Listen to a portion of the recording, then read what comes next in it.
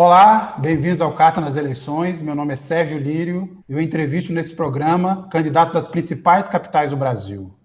O critério de convite aos candidatos levou em conta a relevância do partido, a diversidade ideológica, a trajetória dos postulantes ao cargo e a posição nas pesquisas. Eu recebo nesse programa hoje João Vitor Xavier, candidato do Cidadania à Prefeitura de Belo Horizonte. Candidato, muito obrigado por aceitar o nosso convite e bem-vindo ao programa. Muito obrigado, Sérgio Lírio. Agradeço também a revista Carta Capital pela oportunidade de falar aos seus leitores. Antes de a gente começar essa entrevista, vamos conhecer um pouco da trajetória do candidato. Jornalista e radialista, João Vitor Xavier ingressou na política em 2008, eleito vereador em Belo Horizonte. Tornou-se deputado estadual em 2010. Foi reeleito para o mesmo cargo em 2014 e 2018. Na Assembleia Legislativa, exerce a vice-presidência da Comissão de Minas e Energia e tem a mais ampla aliança na disputa pela prefeitura da capital mineira. O senhor tem aí cerca de um mês, o senhor está, segundo as pesquisas nesse momento, está em segundo lugar, mas bastante distante, muito distante do primeiro colocado, o prefeito Calil, segundo as pesquisas. O senhor tem aí cerca de um mês para convencer o eleitorado de Belo Horizonte que é preciso mudar ou, no mínimo, levar essa eleição para o segundo turno. Como é que o senhor pretende convencer os eleitores de Belo Horizonte de que é preciso uma mudança na administração da cidade? Nós vamos continuar o trabalho que já temos feito de falar a verdade para Belo Horizonte, para os belo-horizontinos, das dificuldades da nossa cidade. Eu não me preocupo nesse momento com pesquisa, nós temos visto a realidade das pesquisas nas últimas eleições. Não há um questionamento aqui sobre veracidade de pesquisa, sobre seriedade ou qualidade de pesquisa.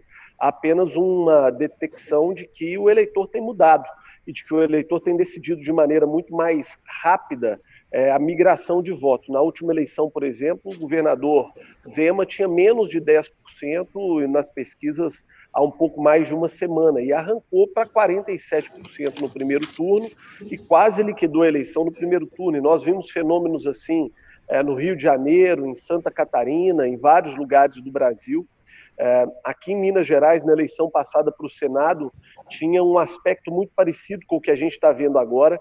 A gente andava pelo estado e o discurso era que a Dilma estava eleita para uma vaga do Senado e que só tinha uma cadeira disponível. E quando abriu a urna, a Dilma terminou em quarto lugar na eleição e perdeu a eleição. Então, eu não me balizo por pesquisas nesse momento. Eu acho que muito mais importante é a sensação de rua, e o que a gente sente na rua é uma insatisfação muito, muito, muito grande do Belo Horizontino com a atual gestão e uma vontade grande do Belo Horizontino de mudar. Acho que isso até o final do primeiro turno será refletido e nós teremos um segundo turno e eu espero que eu esteja lá para vencer as eleições. Agora, o senhor citou a eleição de 2018, foi um fenômeno muito específico no Brasil e que levou, inclusive, ao discurso da nova política. A nova política, em pouco tempo, se mostrou fracassada em muitos sentidos. A gente teve, por exemplo, Wilson Witzel, aí sofrendo um processo de impeachment. No mesmo caso, o Carlos Moisés, em Santa Catarina. O Zema chegou aí, mas nessa altura não é tão bem avaliado assim. O senhor acha que este clima de mudança, esse clima de novo, ainda perdura? Ou houve alguma mudança para o senhor? E se houve essa mudança, como é que se deve basear o discurso para levar, por exemplo, o senhor, que estava disputando pela primeira vez a Prefeitura de Belo Horizonte, ao cargo principal da cidade? Eu acho que, na verdade, quem se encaixa nesse perfil de alguém novo que decepcionou é o atual prefeito de Belo Horizonte. A gente tem que lembrar que há 4 anos ele ganhou a eleição com o discurso chega de político, agora é Calil. Então ele foi o primeiro dessa safra que você trata como decepções. Então isso que você elenca como uma realidade, ele é o primeiro dessa realidade e a gente trabalha para que ele seja o primeiro a ser substituído nessa realidade. Como é que o senhor avalia aí a gestão da pandemia? O que o senhor teria feito de diferente se estivesse no cargo? Acho que a primeira coisa que um gestor tem que ter é capacidade de diálogo. A Prefeitura de Belo Horizonte governou a pandemia de maneira muito autoritária. Eu reconheço de que é difícil um momento como esse, foi um momento difícil para o mundo todo, não só para Belo Horizonte, mas para o mundo todo, mas quero destacar também que a Prefeitura de Belo Horizonte tomou algumas medidas equivocadas, algumas medidas bastante controversas. Nós tivemos, por exemplo, shoppings populares sendo abertos em Belo Horizonte e outros shoppings similares, parecidos, sendo fechados. Enquanto o shopping popular era aberto, grandes shoppings da cidade não podiam abrir com muito mais estrutura, com muito mais condições. Nós tivemos em Belo Horizonte um processo de fechamento dos bares que foi dos mais longos do Brasil e dos mais longos do mundo, como aponta a Abrazel, a Associação Brasileira de Bares e Restaurantes. Nós tivemos a Secretaria de Saúde de Belo Horizonte mantendo a cidade fechada com base em números que eram equivocados, porque eles esqueciam de contabilizar as pessoas que tinham plano de saúde e acabavam fazendo uma escala equivocada e uma mensuração de valor equivocada. Nós tivemos um prefeito que se recusava a atender a Abrazel, que se recusava a atender a CDL, se recusava a conversar com as entidades representativas do setor em Belo Horizonte. Belo Horizonte foi a única grande cidade do Brasil, pelo menos que eu tenho notícia até aqui, que não deu conta de dar aula para suas crianças, nem de maneira presencial, nem de maneira virtual. Países paupérrimos da África, estados do Brasil mais pobres do que Minas Gerais, países mais pobres do que o Brasil e cidades mais pobres do que Belo Horizonte conseguiram dar aula para os seus alunos pelo rádio, pela televisão, pela internet, e Belo Horizonte levou 6 meses, quase 7, para disponibilizar algum modelo de aula para suas crianças. Então foram muitos erros aqui, muitas promessas não cumpridas por parte do prefeito, que certamente o teria conduzido de maneira diferente numa eventual gestão.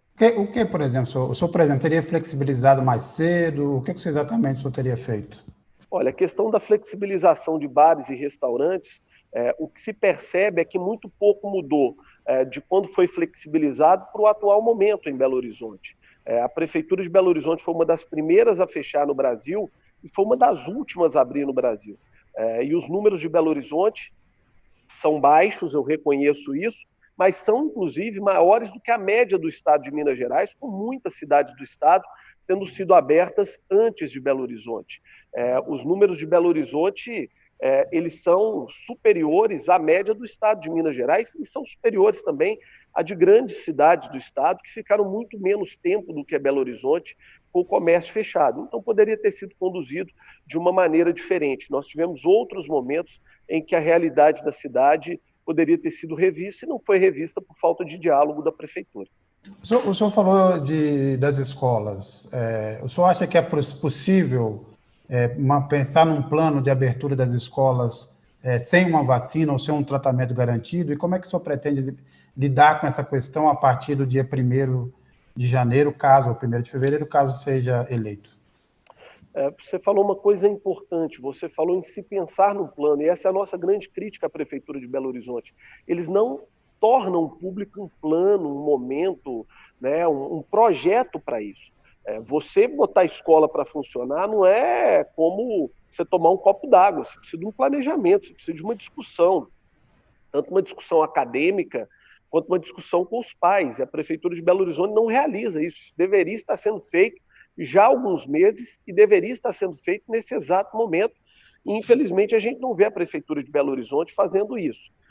Os números que eu tenho acesso de pesquisas, de estudos internacionais, mostram que a infecção em crianças em idade escolar é baixíssima, é muito pequena. E países desenvolvidos do mundo priorizaram a volta das aulas, a volta da educação. A Inglaterra, por exemplo, ela, quando se discutia a volta do pub, ela discutia a volta da educação. Que é impensável uma sociedade voltar o lazer e não voltar aquilo que é de mais sagrado, de mais importante, que é a educação das suas crianças, dos seus jovens, do seu futuro. Então, é possível sim voltar à educação, mesmo que seja de uma maneira mista. Você tem aula para metade de alunos num dia, para outra metade do outro, tem aula segunda, quarta e sexta para uma parte, terça, quinta e sábado para outro. Quem está em casa tem aula online, quem está na escola tem aula presencial, e no dia seguinte você inverte a lógica. Isso foi feito, por exemplo, na Inglaterra, e nós temos muitos e bons exemplos mundo afora que poderiam ser seguidos para Belo Horizonte, mantendo, é óbvio, toda a questão de higiene, de segurança, no maior nível possível e da melhor maneira possível.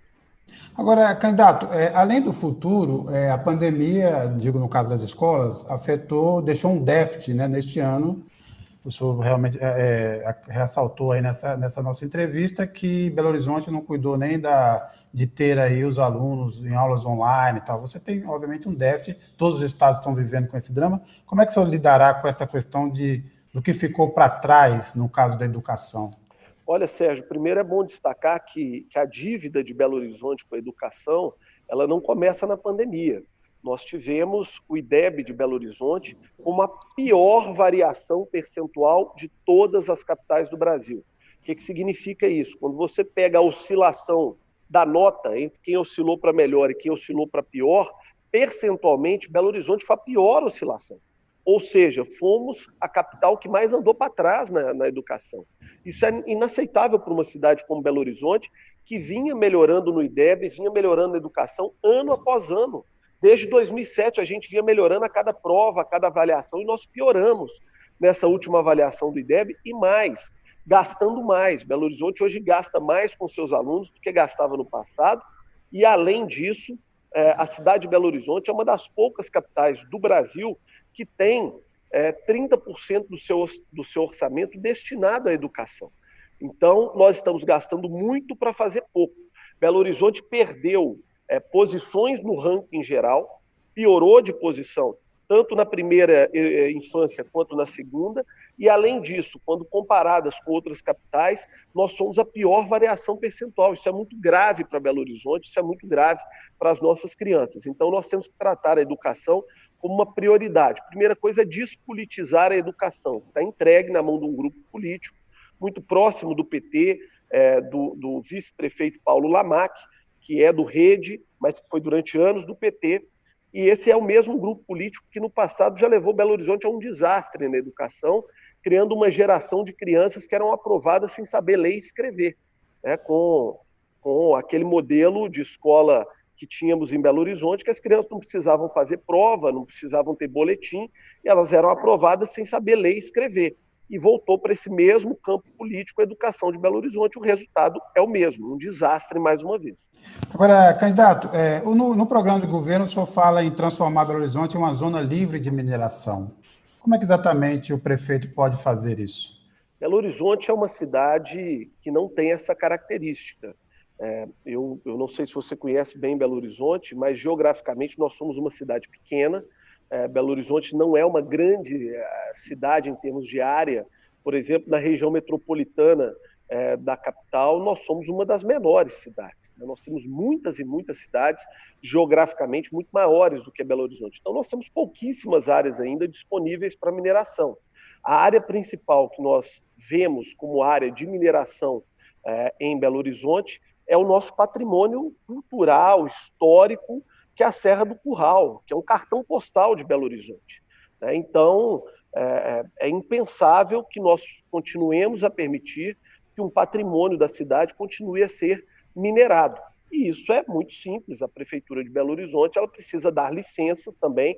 No que tange a mineração, você tem também licenças e também acompanhamentos municipais. E a Prefeitura não consentir com isso.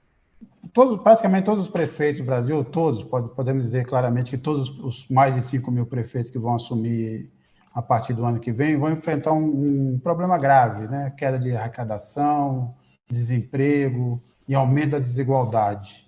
Esses temas provavelmente marcarão os primeiros anos dos novos administradores.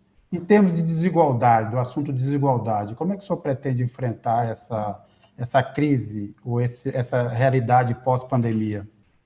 Sérgio, a primeira coisa que a gente tem que destacar é que Belo Horizonte é uma cidade rica. Belo Horizonte não é uma cidade pobre, nós somos uma cidade rica. Eu quero te dar um dado de orçamento.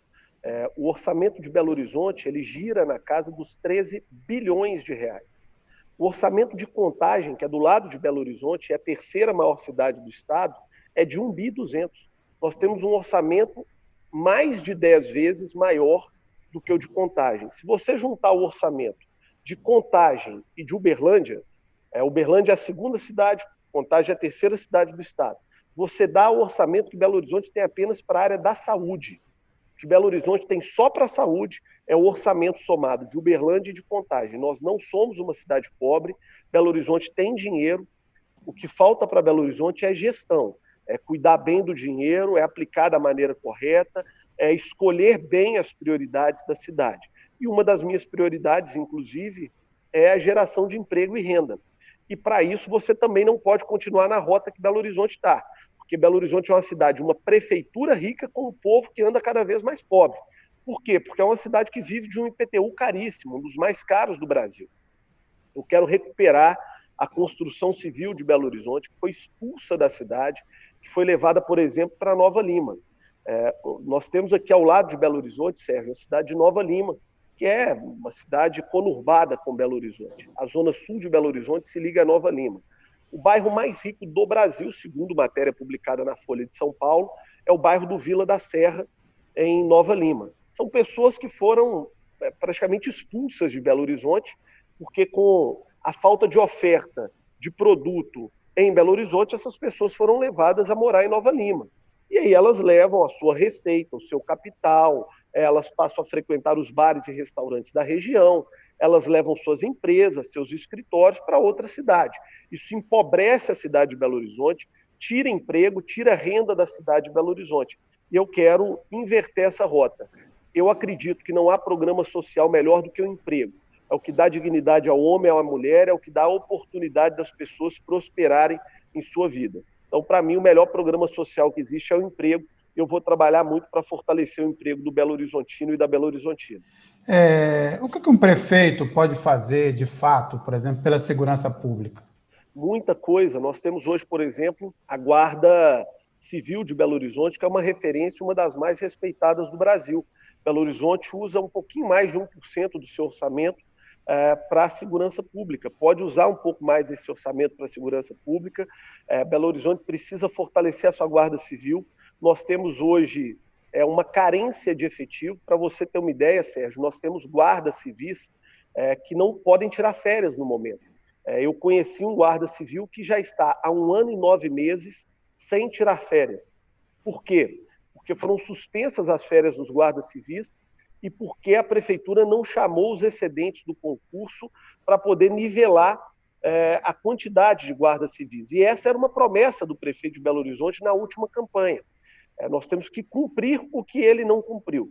Fortalecer a Guarda Civil, equipar a Guarda Civil, criar um centro de treinamentos para a Guarda Civil, com profissionais de excelência da segurança pública que possam vir aqui e prestar serviço de treinamento para a nossa Guarda Civil, fazer um trabalho respeitoso, dialogado, entendendo que cada um tem a sua função, mas que todos podem colaborar com todos e o principal, todos podem colaborar com a segurança pública da coletividade, envolvendo Guarda Civil, Polícia Militar, Polícia Civil, Corpo de Bombeiros, repetindo, entendendo a função de cada um e respeitando a separação entre todos eles.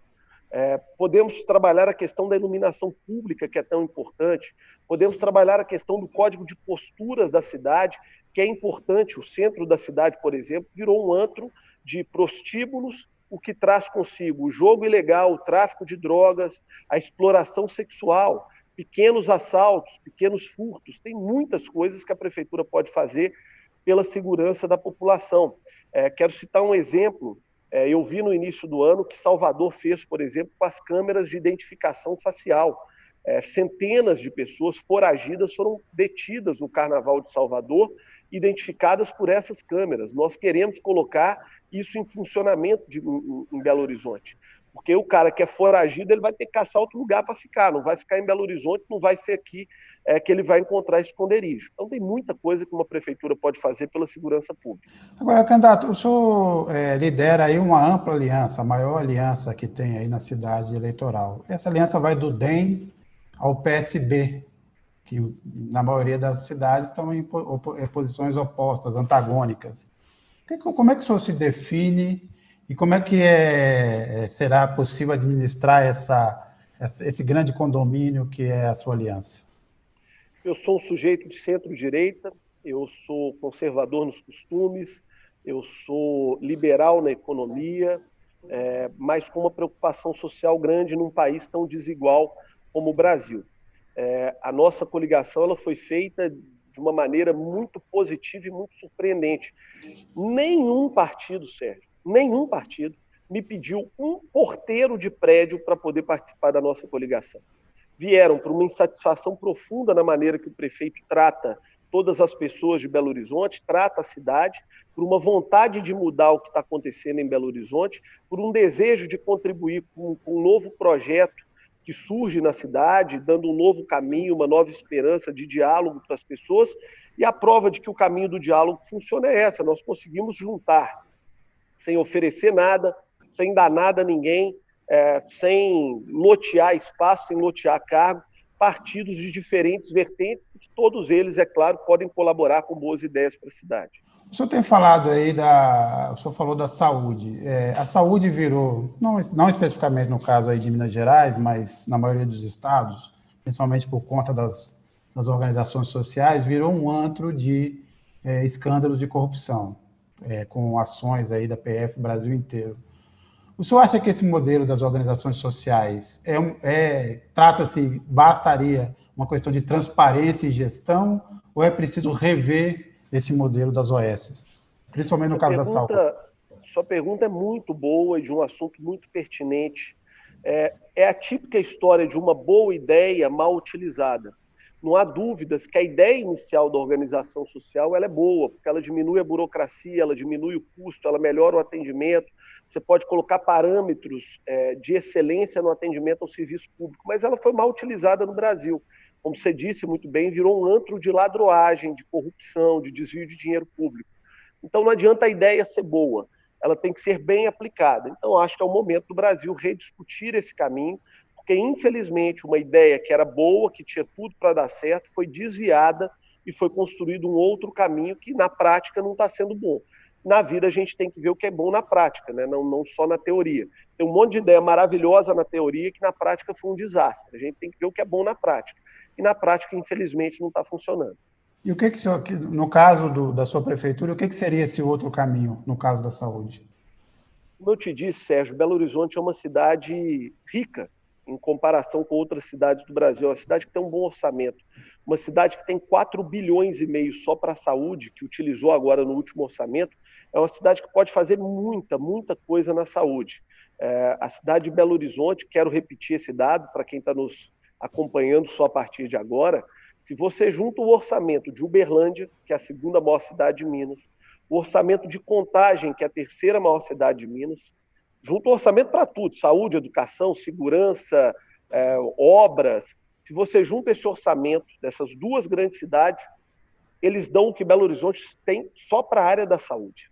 Sem contar uma outra coisa importante, que Belo Horizonte, como capital do estado, tem 70% dos serviços de especialidades em Belo Horizonte. Então, nós temos grandes hospitais filantrópicos em Belo Horizonte que recebem o apoio do governo municipal, mas que se sustentam também com outras fontes de renda. O maior hospital público do estado é a Santa Casa de Belo Horizonte, que recebe apoio da prefeitura, mas recebe de emendas parlamentares, recebe do governo federal, recebe do governo do estado, recebe da iniciativa privada, e assim funciona com outros grandes hospitais, como o Baleia, o Hospital Evangélico, como o Mário Pena, né, como o Hospital Luxemburgo e tantos outros hospitais que nós temos, que são muito importantes para os belo-horizontinos, que prestam bons serviços para o Belo Horizontino também e que o dinheiro não sai só da conta da Prefeitura de Belo Horizonte. Então, Belo Horizonte pode ter uma melhor condição na saúde. Uma coisa que especialmente me preocupa no momento, Sérgio, é a incapacidade da Prefeitura de Belo Horizonte de resolver um problema básico, que é o problema dos atendimentos especializados, tanto para consultas quanto para cirurgias. Não é incomum encontrar belo-horizontinos e belo-horizontinas que esperam um ano e 2 meses, 1 ano e meio por uma cirurgia, por uma consulta em determinada especialidade. Eu vou te dar 2 exemplos desse final de semana. Eu conheci uma senhora que espera por uma cirurgia de catarata, que é uma coisa simples, fácil de fazer e barata. Ela já perdeu uma vista e corre o risco de perder outra. Eu conheci uma família em que, quando a prefeitura ligou para dizer que a sogra poderia ir lá fazer o exame, ela já tinha morrido. E quando ligou para dizer que o pai poderia fazer a cirurgia dele, ele também já tinha morrido. Essa é a realidade hoje dessas consultas e dessas cirurgias eletivas em Belo Horizonte. A cidade de Belo Horizonte, ela poderia separar uma parte do seu orçamento, eu faço uma conta de aproximadamente 45 milhões de reais, ou seja, 1% do orçamento de 4,5 bi, para poder fazer essas consultas especializadas e essas cirurgias em parceria com a iniciativa privada, no modelo do que foi feito em São Paulo, no Corujão da Saúde. Aqui no meu programa de governo eu chamo de virada da saúde. Primeiro, porque nós temos que virar essa página.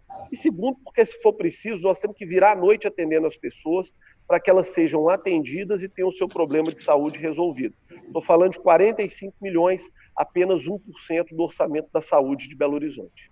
Candidato, embora seja uma cidade planejada, é uma rara capital brasileira que nasceu planejada, Belo Horizonte tem graves problemas de mobilidade urbana. Muitos engarrafamentos, principalmente ali nas avenidas que chegam ali à cidade e tal. Teve todas essas obras aí durante a Copa, nada conseguiu resolver com muita decência ou com muita eficiência o problema do transporte. Como é que o senhor lidará com esse tema da mobilidade urbana, pensando ainda num outro aspecto? Hoje em dia, quem tem condições, não são todos, mas alguns têm condições, tem preferido usar um transporte particular ao transporte público para tentar evitar ao máximo o contato da pandemia. Isso é uma observação importante que ela está de acordo com a história do Brasil, né? Nós somos um país formado para valorizar o carro, né? Todo garoto, quando tem aí 17 anos, o sonho é fazer 18 anos e trabalhar e poder comprar seu primeiro carro. Isso é uma questão cultural do brasileiro. E eu costumo dizer que país rico não é país onde as pessoas mais simples podem ter carro. País rico é país onde as pessoas mais ricas andam no transporte público junto com todo mundo. Esse é o paradigma de país rico, onde as pessoas que têm dinheiro deixam o carro em casa e usam o transporte público. É o que eu gostaria de ver em Belo Horizonte. Claro que não é uma coisa que se resolve num mandato, não é uma coisa que se resolve de uma vez, mas que nós precisamos dar passo para o futuro. Eu defendo muito o modelo de PPPs para o transporte público. Nós temos muito dinheiro no mundo, nós temos hoje fundos na Arábia, fundos árabes, né, na região do Oriente Médio, de uma maneira geral, fundos no Canadá, fundos norte-americanos, nós temos fundos chineses, malaios, com muito dinheiro para investir em projetos de longo prazo. E eu, como prefeito de Belo Horizonte, tentarei fazer esse tipo de parceria de médio e longo prazo para Belo Horizonte, para estruturar modais de transporte público de massa e de qualidade, como o VLT, como o monotrilho e outros mais que possam dar vazão à nossa necessidade do transporte público. E uma outra coisa é mudar a lógica que foi implementada nos últimos 25 anos em Belo Horizonte. A lógica de Belo Horizonte é de descentralizar a cidade. Eu acredito numa lógica de uma cidade com um centro onde as pessoas vivam e que, com isso, diminua o movimento pendular de pessoas que hoje em Belo Horizonte demoram 1 hora para ir, 1 hora para voltar no seu trabalho. Enquanto elas são jogadas para morar nas cidades vizinhas, por uma falta de planejamento em Belo Horizonte, a cidade de Belo Horizonte tem o seu hipercentro absolutamente abandonado e escangalhado, o contrário do que acontece no mundo todo. No mundo inteiro, o centro da cidade é o local mais próspero, mais rico e mais caro. Aqui em Belo Horizonte é o lugar mais abandonado no momento. Voltando um pouco a essa questão aí o senhor falou de moradores de Belo Horizonte que acabaram indo para outras cidades, tal. No capítulo de desenvolvimento urbano do projeto do senhor, fala-se em mudar a abordagem regulatória, priorizando a implantação de projetos na cidade. O senhor podia ser um pouco mais específico aí? Absolutamente claro. O plano diretor de Belo Horizonte é um desastre. Ele expande a pobreza em Belo Horizonte, o abandono, a degradação de áreas.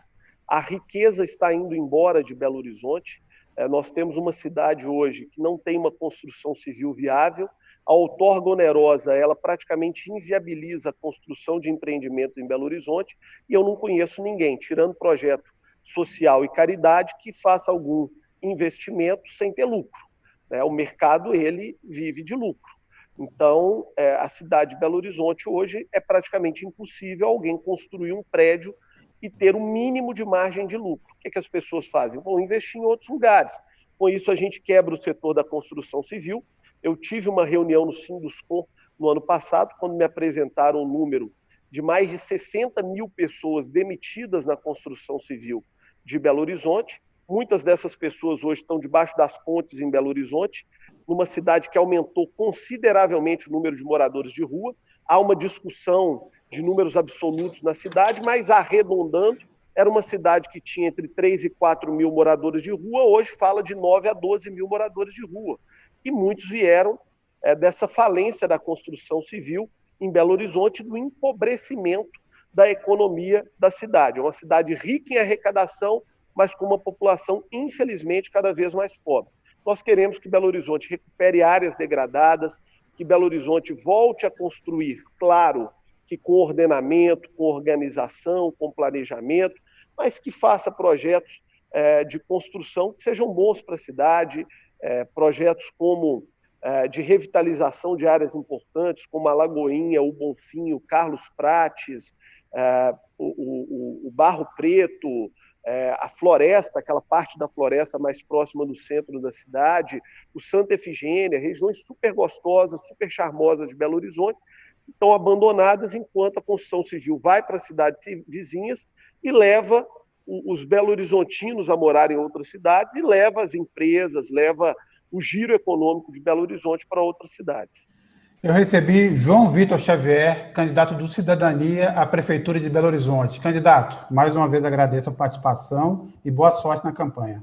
Muito obrigado a você pela oportunidade. Eu cumprimento a Carta Capital pelo altíssimo nível da entrevista e pela preocupação em debater assuntos importantes para Belo Horizonte e em discutir pautas de propostas, de projetos para a cidade. Já dei algumas entrevistas nesse período de pré-campanha e de campanha e fico muito feliz em ter a oportunidade de debater Belo Horizonte em tão alto nível. Muito obrigado pela oportunidade.